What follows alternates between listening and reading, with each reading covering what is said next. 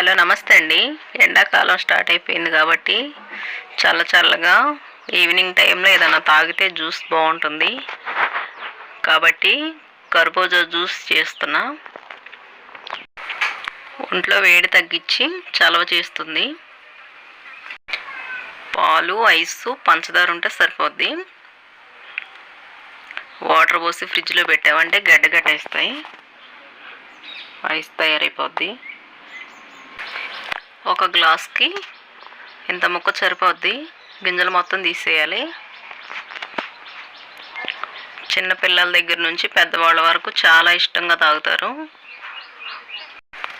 Time కూడా ఎక్కువ ఏం పట్టదండి, 2 నిమిషాల్లో రెడీ అయిపోతాయి. ఛానల్ని సబ్స్క్రైబ్ చేసుకోండి. వీడియో నచ్చితే లైక్ చేయండి. చెక్ తీసేసి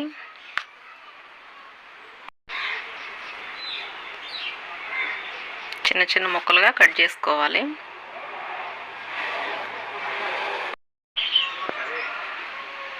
ఇలా కట్ చేస్తే సరిపోద్ది. ఇంత సైజు ఒక గ్లాస్కి ఒక కప్పుడు సరిపోతాయి. ముక్కలు వేసేసుకోవాలి.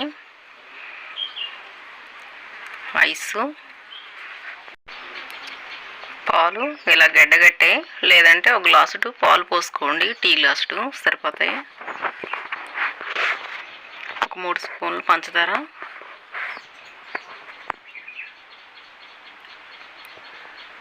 మెత్తగా మిక్సీ పట్టుకోవాలి. ఇలా అంత చిక్కగా ఉండాలి.